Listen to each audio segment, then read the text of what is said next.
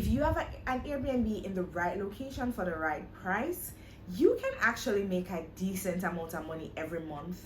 How to get started with making money with the property.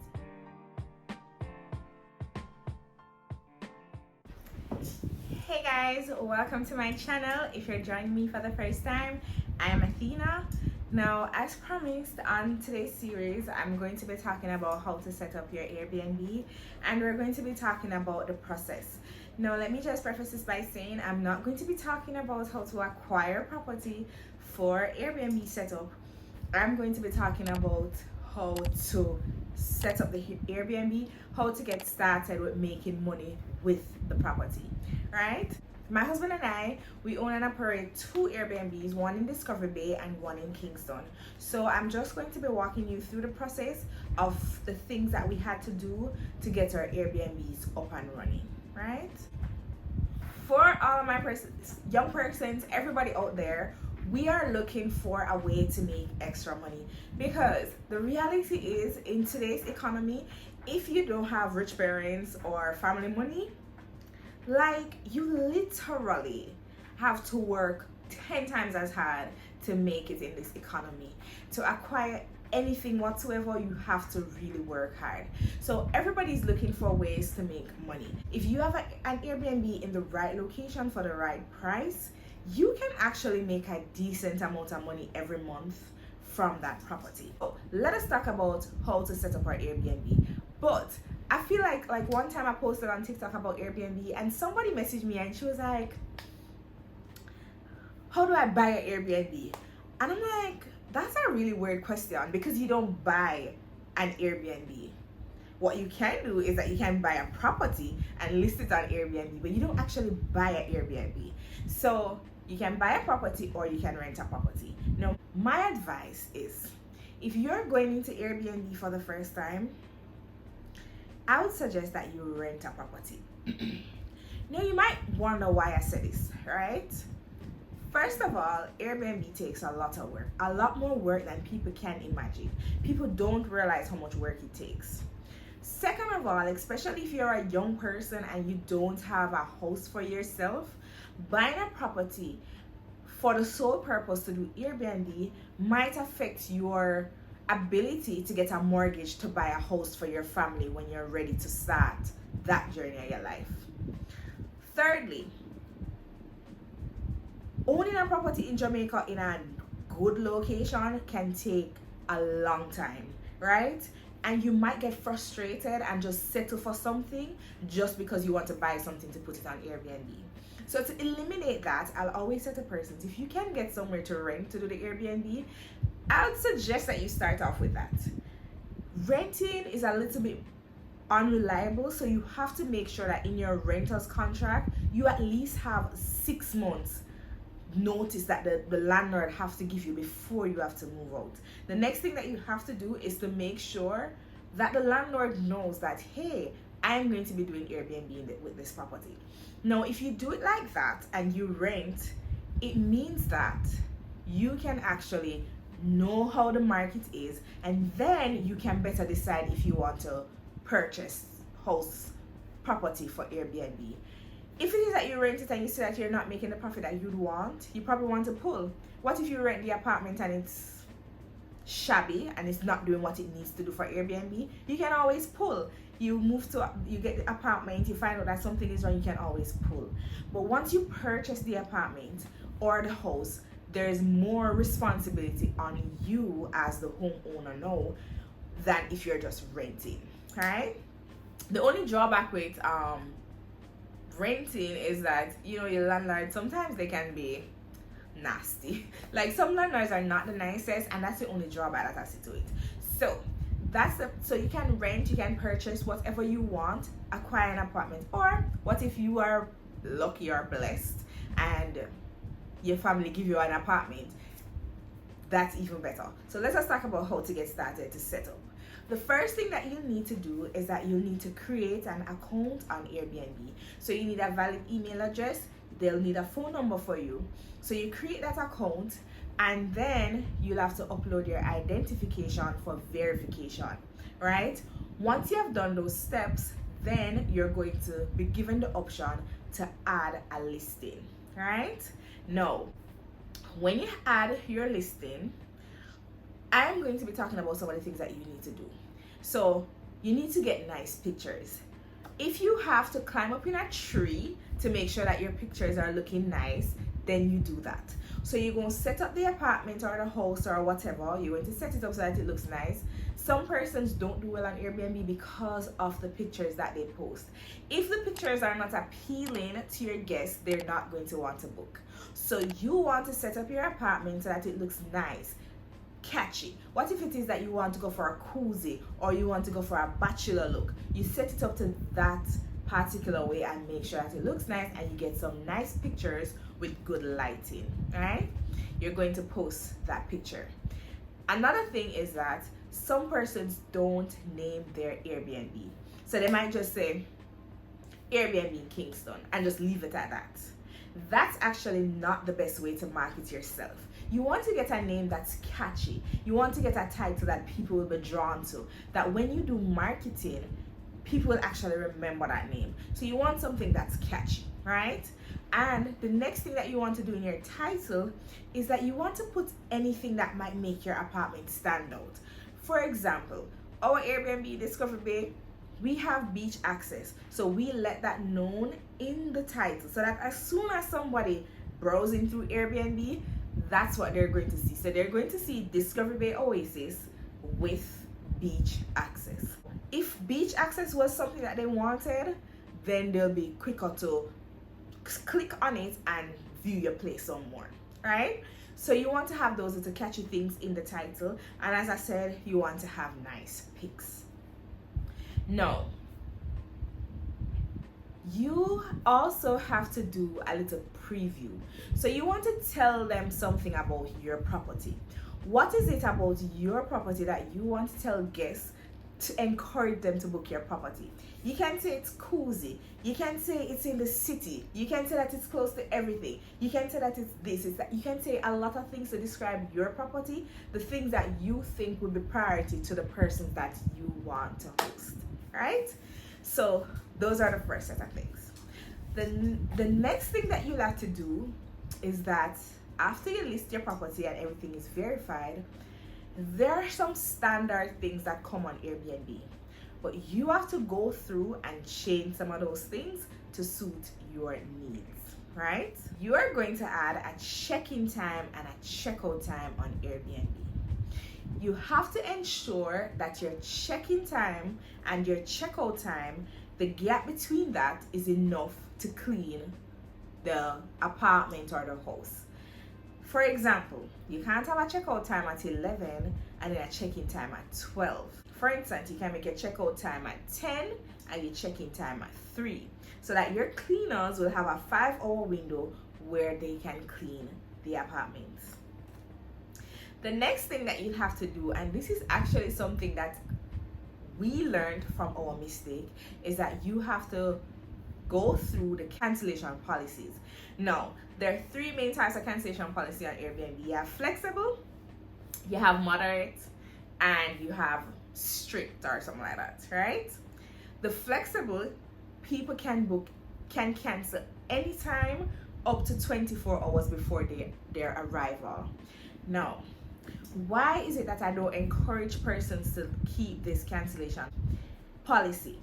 Even though it might encourage persons to want to book your property more, it also can cause problems in other aspects. Is that there's some persons who are not really planning on going anywhere, but they just want to secure something just in case they go.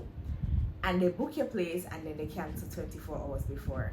Once they do that, you don't get any form of money. So the cancellation policy that I recommend is moderate. Now, moderate, if they cancel 5 days before they arrive, they get back everything, right? But 5 days is enough time for other persons to book your property, so that's not so bad. If they cancel after 5 days before they arrive, you get 50%. So they don't stay at your place and you still get 50%, and you still can have other persons book for some of the days that they were supposed to stay. So I love that policy. I'm not afraid anymore of persons booking and canceling, because hey, as you cancel, somebody else might book, right? I would say a moderate cancellation policy, because that's better for you and the guests. Your guests still have time that they can cancel before they come, but also if they cancel too close when it's less likely that you're going to get other bookings, you still get some amount of money, which kind of work out better because they're not going to be there using any water, any light, and you still get some amount of payment, which is 50%, which is not that bad. That's something that you have to look out for. Another thing is that when you're setting up your Airbnb, you are going to see a list of amenities. So you have to put the amenities that you offer. Now, if you're going to do Airbnb, you need to have some basic stuff that people might need. So you want a stove, you want a fridge, you want a microwave, you might want a coffee maker, a kettle, a toaster, air dryer, you might want a washer, you may want a dryer. I am kind of on the fence when it comes down to a dryer because some persons actually abuse the dryer system, so I'm on the fence of it.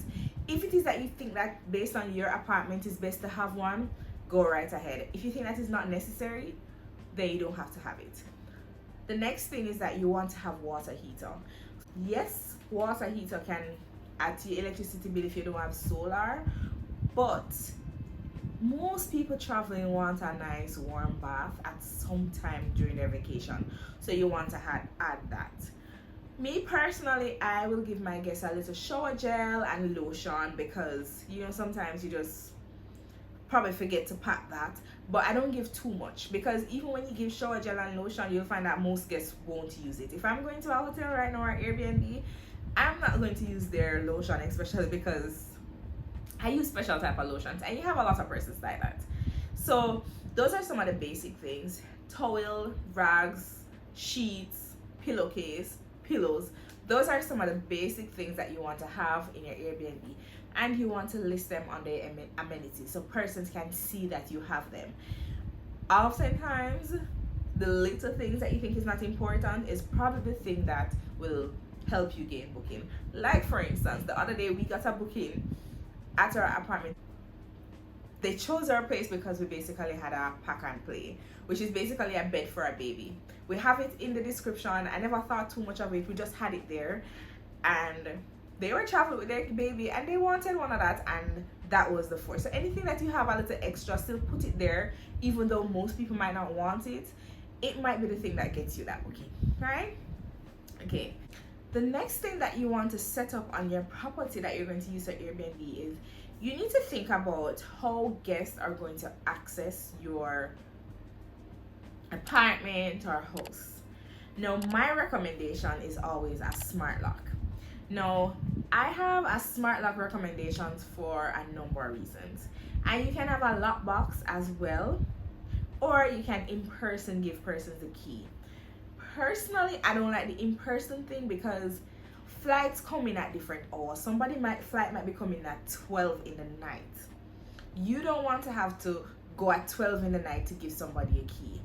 And a lot of travelers, when they don't see that you have a smart lock or a lockbox with a decent check-in kind of mode, it's like they're kind of like deterred from booking because they don't want it to be a case where they have to show up at the apartment and then wait on somebody to come with a key to let them in. Most persons don't want that inconvenience, so they'll look for the type of method that you have to check them in. The reason why I like a smart lock is because with a smart lock also, whenever the cleaner goes to the apartment, I can always open the apartment. Whenever they leave, I close it and I can change the code after they leave. I don't have to worry about any unscrupulous person copying a key to the door because it's a smart lock. I don't have to be afraid that somebody might lose the key. All of those scenarios I don't have to think about because it's a smart lock. If you have a grill as an additional safety feature, what you can do is to get a lockbox for the grill. You can do your research and see which one smart lock best suits you. I would suggest you invest in a decent money in a decent smart lock so that you can get the best outcome out of it. I'm going to insert a pic of the brand that we use if in case you want to use that brand, right? So you have to set up your Airbnb so that everything is convenient to your guests. You want to make sure that your Airbnb is a location that's easily accessible. Yes, if you have a house in the mountains, it might not be easily accessible. If somebody's coming from a mountain view kind of place, or a mountain, something in the mountain, that's what they want. But I mean, if you're coming for like the city life, the tourist life, you want it to be accessible. So you have to make sure it is accessible. Another thing that you want to do with your Airbnb is you might want to get a water tank. And guys, I learned my lesson. For Discovery Bay, we had a water tank because it was easy. For Kingston, we didn't. And trust me, it really did a number on us because we had to get one and it cost a lot of money. But it was a very necessary investment because you don't want people to be at your house and 10 o'clock the water gone and they can't shower. And we know how unreliable National Water Commission is. Like, let us talk about it. They're very unreliable. You want internet and cable because even if not cable, but you at least want internet because you don't have to have these things, but when you have these things, it makes your place more likely to be booked. Because if I'm going somewhere and I see somewhere Wi-Fi, free Wi-Fi and no Wi-Fi, I'm going to choose the place with free Wi-Fi because you need Wi-Fi when you're traveling. You just need Wi-Fi. And cable might be additional. Like for me personally, I don't watch cable TV, but you'll be surprised to see how many persons are traveling and actually want to know that you have cable. Like there's some persons who are traveling and they like to watch cable TV and they might just want to watch the news from overseas or something. So yes, that would be a good addition. Another important thing that you want to do is that you want to also do a minimum night stay, right? The default minimum is 1 night. But for me personally, I don't like when persons book for 1 night. Let me explain. So when somebody books my Airbnb for 1 night, it means that most of the time my cleaning fee is way cheaper than what I actually pay. So let us say I'm charging $50 per night. My cleaning fee is $30. That's like $4,000. And then my cleaner actually charged me $6,000. It means that out of my nightly rate, the 1 night that you stayed, I have to pay them. The next thing is that towels can get damaged. They can break stuff. It's just not worth it. And most of the time when persons are planning to steal or do some form of activity, it's always those 1 night bookings. So I try to stay away from that and I always set a minimum stay. It depends on the location though. My location in Discovery Bay, I actually have a 3 night minimum stay. I know I could increase my booking rate by dropping that to 2 nights, but I don't want to do that because I don't want persons coming for 2 nights. Let us talk about payment now, alright? So payment, we're in Jamaica. I don't know if most people know that Airbnb is actually located in Ireland. So for you to get payment, it's actually a wire transfer, right? Now you have 2 options. They can wire you in Jamaican money or they can wire you in US dollars. Bear in mind that a US wire is more expensive than a Jamaican wire, but US wire can probably work out better in some situations. So if you want to accept a Jamaican dollar wire, that's fine. Or if you want to do US dollars, that's also fine, right? So you're going to add your account. You're going to actually set a minimum payout. Now there's some persons who as soon as they get out, the payout is ready, they just let it send off. Me personally, I feel like that's kind of wasteful. You can leave your money at Airbnb and set a minimum amount. So say for instance, you set your minimum amount to $1,000 US. So Airbnb will not send off the money until you have reached $1,000. What that means is that you're not, this fee associated with wiring money, you're not paying that after every booking, right? So for Jamaican wire, most banks will charge like $1,000. For US wire, it's anywhere between like $20 to $40 US. You don't want to be paying that after every booking. Somebody book for 1 night and you're paying $1,000 to get your money or $25 to get the money. No. So you set a minimum payout, right? You set up, you can upload as many accounts as you want and then you have a default account. When you go on Airbnb, you're going to select your nightly rate. But there are other fees that you can add. You have to be careful while adding these fees because sometimes people don't like fees. And that's one thing that you need to realize. So the less fees you can add, the better it is for you. So you can add a cleaning fee, right? So you can add your cleaning fee so that you can pay the cleaner. I always say don't be too excessive with the cleaning fee. You can add a extra guest fee. So say for instance you say, okay, 2 persons can stay. If you have 3, 4, you have to pay extra money for each person. You can have a pet fee if you allow pets, but that's all on you. You can decide what you want to add, what fees you want to charge, but you have to remember that you are competing with other persons with Airbnb. So you have to, when you're going to do Airbnb, you have to get a feel of the area that you're going into, like the community, and see the Airbnbs around and see what they're doing so that you're more competitive, right? Remember that once you get started with your Airbnb is new, Airbnb is going to push your Airbnb out. So they're going to push it so that more people will see it. So in the initial stages, you're going to get your most bookings. What you must ensure that you do as a host is that you are very nice and courteous and respectful to your guests so you can get a good review. So that means that when your newness is out and when you're no longer being pushed as new, when persons look at your reviews, they'll say, oh, this looks like a great host, so let me book with her or him or whatever. So that's what you need to do.